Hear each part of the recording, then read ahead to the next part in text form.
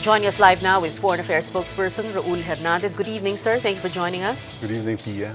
Sir, what exactly did Manila and Beijing agree on? Will there be or should there have been a simultaneous pullout of vessels?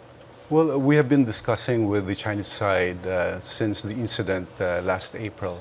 And in the course of our discussion, we were able to come up with an arrangement, with an agreement that ships from inside the lagoon should be pulled out.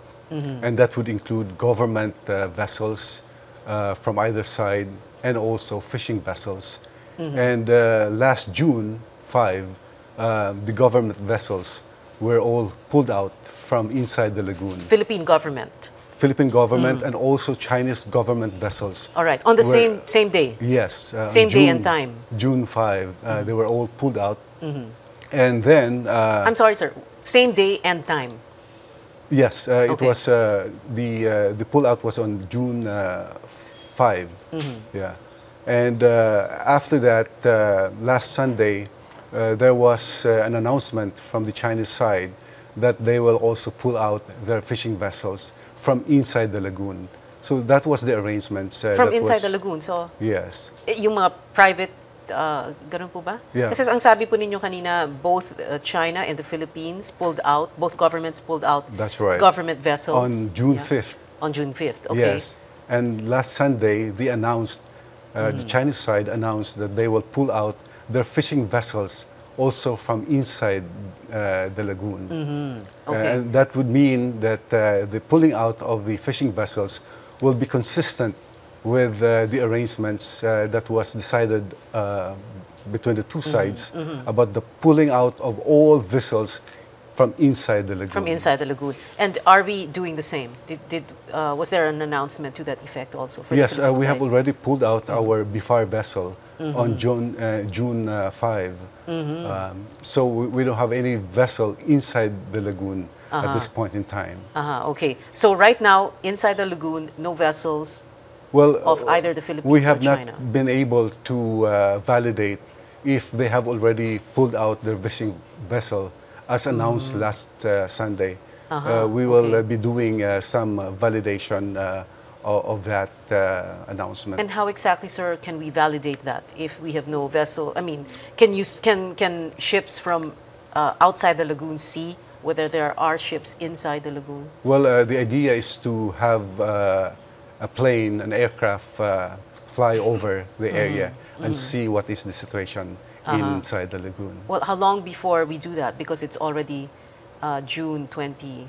Well, we are looking at the weather now. We are monitoring the weather. And when the weather clears up, the President has instructed that we will be ordering for a flyby in the area to monitor the situation in the area. Sir, between June 7 and today, June 21, there has been no clear weather which could have prevented any flyby. Ganun po ba? Yes, yes. Okay. So right now, we're not sure, like you said, this is still something that has to be validated, but you are saying that we are sure that there are no government or private vessels in the area, inside the lagoon. Inside the lagoon, there are no more government vessels from either side. Okay. And when will, I understand, when will the re-evaluation take place on whether ships will be allowed to go back to the shoal? Well, we will wait until the weather clears up, and then we will send an aircraft there to see and monitor what is happening, what is the situation on the ground. And then if we find out that there are still Chinese vessels outside of the lagoon, then the President has decided to send back our ships to the area. There is that decision. If there are Chinese vessels, yes, we will... The President has already announced it yesterday. Okay.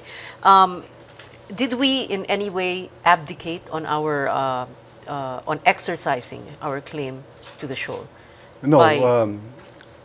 Our claim to that area, our claim to Bajo de Masinloc, is very much within the widely accepted principles of public international law.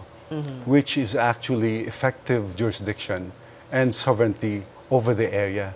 We have effective jurisdiction and sovereignty over the rock features of Bajo de Masinloc, and also the waters around the rock features of Bajo de Masinloc is part of our exclusive economic zone, wherein we have exclusive rights to explore, exploit, and manage the resources in that area. So was it really, my last question, Ambassador, was it really the weather that was the reason for the decision to pull out our vessels, or was this just a way by which we could decrease the tension? Well, the reason was the weather. It was pointed out by the Secretary of Foreign Affairs, Albert del Rosario, and it was also supported by the President in his statement yesterday. Buti na lang the weather was bad. Yes, yes, and there's another, there's also a storm brewing in the area at this point in time. And my very last question, how has the appointment of Sonia Brady as ambassador to China helped in this situation? Well, she's preparing to leave for Beijing, and we hope with her expertise on the matter and also with her contacts in Beijing, she would be able to help in promoting our national interest, especially in this discussion now regarding Bajo de Masinloc. Thank you very much for joining us tonight, DFA spokesperson Raul Hernandez. Maraming salamat po, sir. Thank you, Pia, and more power to you. Thank you.